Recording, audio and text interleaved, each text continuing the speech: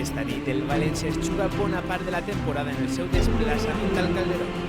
Els jugadors hauran de conquerir un estadi que el València va inaugurar l'any 66. Un estadi fins al que milers d'aficionats es desplaçaran per a repetir fites històriques. Com la Copa del Rei que guanyaren aquest estadi l'any 79 amb el Matador Kempes al capdavant.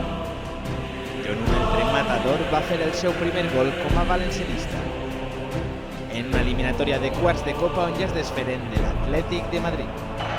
Precisament al Calderón es va erigir poc després en un dels herois de la final guanyada al Getafe el 2008. Un estadi on Alexis podria tornar a encapçalar el camí cap a la conquesta d'un títol.